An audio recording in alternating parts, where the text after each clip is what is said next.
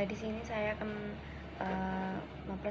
mempresentasikan atau memaparkan sedikit tugas video setelah membuat video tugas buku, yaitu mengenai kelangkaan dan kebutuhan untuk materi SMB kelas 7.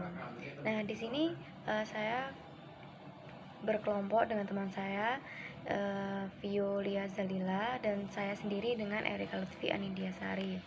Nah, poin pertama yang saya bahas mengenai kelangkaan.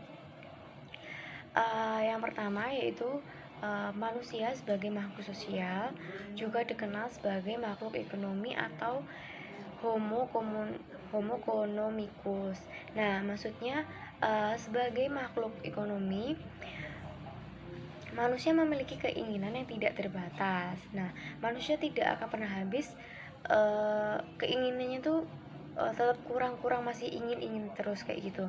Nah, ini karena selalu muncul keinginan baru setelah salah satu keinginannya dari manusia itu terpenuhi. Jadi kita itu sudah dapat barang satu masih kurang, kayak sangat haus akan barang-barang yang baru kayak gitu.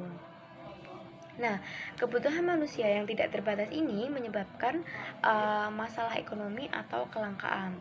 Nah, cukupnya alat pemenuh kebutuhan dibandingkan dengan banyaknya kebutuhan, dan terbatas dalam arti membutuhkan pengorbanan untuk mendapatkan alat pemenuh kebutuhan. Jadi sebenarnya kelangkaan itu bisa dicegah sebenarnya, akan tetapi karena sifat manusia yang mungkin agak sedikit tamak gitu ya, kayak dapat ini masih kurang, itu bisa dapat menyebabkan kelangkaan, padahal barang-barang yang mudah ditemui itu bisa menjadi langka karena tamaknya kita gitu, diambil secara berlebihan, itu bisa menyebabkan kelangkaan. Nah, faktor yang mempengaruhi kelangkaan itu ada 3. Yang pertama yaitu faktor manusia yang saya jelaskan yang awal tadi, yaitu manusia. Sudah jelas ya. Kebutuhan yang tak terbatas dari manusia adalah faktor kelangkaan. Kehidupan manusia memiliki banyak sekali kebutuhan yang akhirnya dapat menimbulkan masalah ekonomi. Nah, kebutuhan timbul karena adanya tuntutan fisik atau psikis agar dapat hidup layak sebagai manusia, sehingga kebutuhan manusia sangat beraneka ragam dan sering tidak dapat dipuaskan. Nah, hal ini nih yang menyebabkan kebutuhan menjadi tidak terbatas. Keinginan dan kebutuhan kadang disamakan pengertiannya, padahal keduanya itu sangat berbeda ya. Pemahaman mendasarnya itu yang membedakan. Kebutuhan tersebut dipengaruhi antara lain sifat alami manusia yang tidak pernah puas itu tadi. Terus yang kedua itu ada tingkat pendapatan. Nah, setiap orang itu mempunyai tingkat pendapatan yang beda-beda. Semakin tinggi tingkat pendapatan seseorang, semakin banyak kebutuhan hidupnya. Misalnya kebutuhan seseorang pengusaha kaya berbeda dengan kebutuhan para karyawan. Mungkin untuk karyawan itu cukup untuk membeli kebutuhan sehari-hari atau keperluan elektronik yang sangat penting kayak HP kayak gitu. Kalau untuk orang yang sangat kaya itu tidak akan puas bisa, karena dia mempunyai uang dan dapat membeli banyak barang, mungkin barang yang tidak berguna, contohnya ya mungkin baju yang masih bagus yaitu kayak gitu, suka sering beli baju, sepatu baru kayak gitu yang mungkin masih bisa barang baju yang lain masih bisa dipakai tapi masih ingin beli lagi kayak gitu contohnya. Terus pertambahan penduduk yang terlalu cepat. Nah, dengan semakin banyaknya pertumbuhan penduduk, jadi barang-barang yang langka atau mungkin tidak langka itu banyak dicari orang kayak gitu, akan banyak yang memakai. Jadinya kalau kita tidak memanage dengan baik, kita bisa memilah-milah barang mana yang harus kita beli, mana yang harus enggak, itu bisa menyebabkan kelangkaan juga. Selain itu, yang terakhir yaitu kemajuan ilmu pengetahuan dan teknologi. Nah, perkembangan teknologi informasi memberikan kemudahan kepada seseorang untuk mendapatkan informasi sekaligus membeli suatu barang. Nah, ini contohnya kayak kita, contoh kecilnya sekarang ini kita terlalu banyak melakukan apapun dengan online dan tidak terkecuali yaitu belanja online. Tidak mungkin dari usia tua, muda, dan anak-anak pun pasti dibelikan orang tuanya melalui online, entah itu baju, sepatu, barang kebutuhan sehari-hari, sampai kebutuhan pokok pun sekarang sudah bisa dibeli melalui online. Jadi kita tidak repot-repot untuk keluar rumah kayak itu. Nah, itu juga bisa, semakin kita mudah mendapatkan barang, itu semakin barang itu akan cepat habis kayak gitu, dan itu dapat menyebabkan kelangkaan juga seperti itu. Yang kedua yaitu faktor alam. Nah, sebenarnya alam itu menyediakan sumber daya yang melimpah, tetapi jumlahnya itu terbatas. Meskipun sumber daya alam ada yang dapat diperbaharui, jumlahnya akan terus berkurang. Jadi meskipun barang itu dapat diperbarui, itu bisa habis kalau kita itu tidak bisa mengolahnya dengan baik gitu loh. Kita terlalu gimana ya, memakainya itu terlalu berlebihan gitu. Kita tidak memikirkan bagaimana anak cucu kita ke depannya. Contohnya hal kecil, air itu bisa habis menurut saya. Karena apa? Semakin banyak pohon-pohon yang sekarang itu ditebang digantikan oleh gedung-gedung yang sangat tinggi. Itu banyak sekali. Terus yang kedua, faktor alam selain tadi yaitu sumber daya alam yang terbatas jumlahnya. Nah, ini sumber daya yang tidak bisa diperbarui seperti air, udara kayak gitu ya, itu tidak bisa diperbarui. Nah, sumber daya yang tidak bisa diperbarui atau seperti hasil bumi, contohnya minyak bumi dan gas, jika pemakaian sumber daya alam dilakukan dengan cara yang boros, maka jumlahnya akan semakin sedikit dan bisa terjadi kelangkaan. Yang kedua yaitu kerusakan sumber daya alam. Seperti tadi hutan gundul ya, itu bisa menyebabkan air menjadi sedikit. Meskipun air itu kan tidak bisa diperbaharui, tapi kita bisa membuat tampungan air, gitu, memperbanyak pohon kayak gitu juga. Yang ketiga itu dari bencana alam.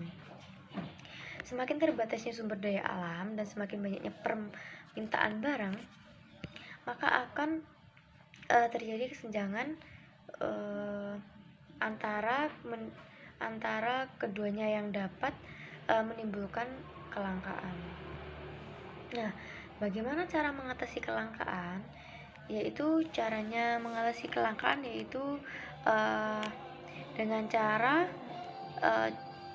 kelangkaan akan suatu barang saat ini telah banyak dirasakan. Sebagai contoh kelangkaan yaitu kalau sekarang apa ya, bahan bakar BBM itu sekarang mulai langka, terus gas dan lain sebagainya ya. Secara tidak sadar manusia itu telah mengeruk habis sumber daya alam yang telah tersedia, yang disediakan oleh Allah SWT.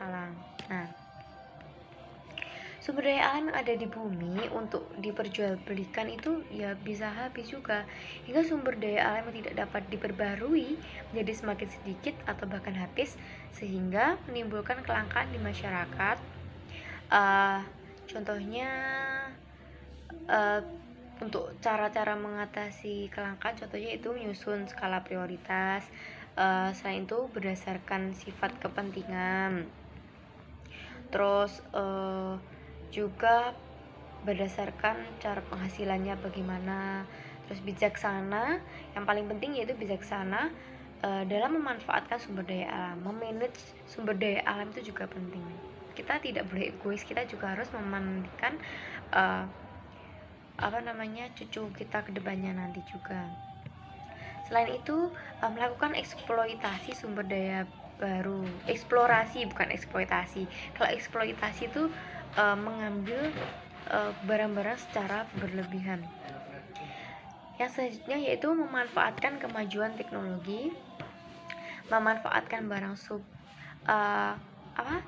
substitusi, terus daur ulang atau memanfaatkan kembali.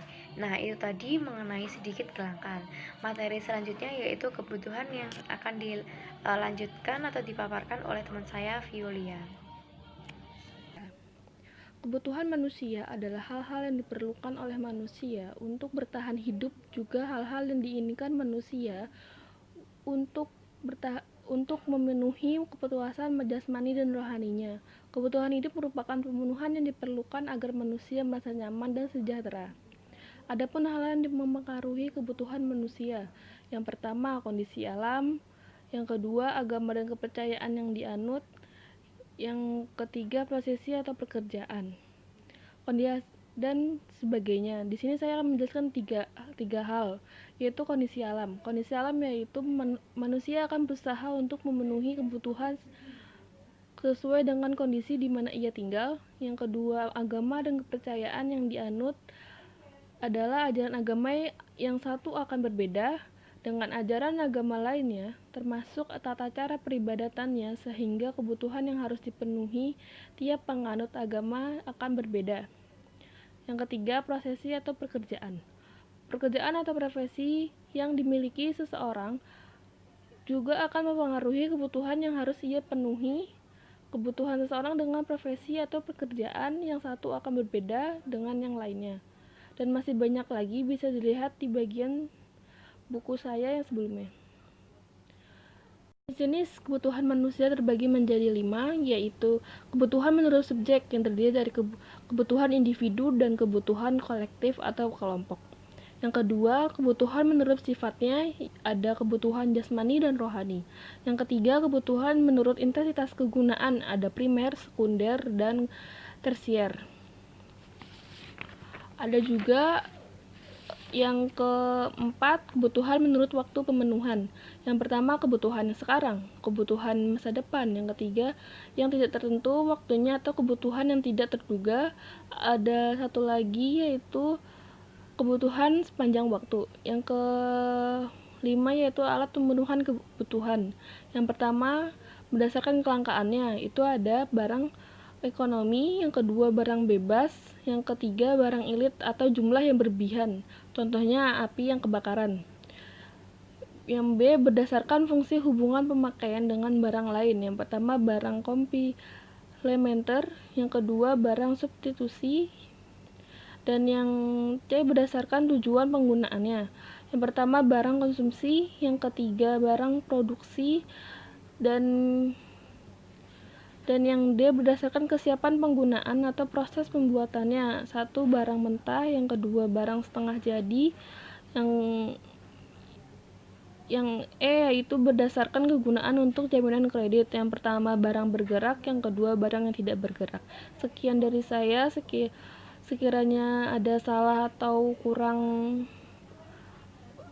penjelasannya, saya mohon maaf. Wassalamualaikum warahmatullahi wabarakatuh.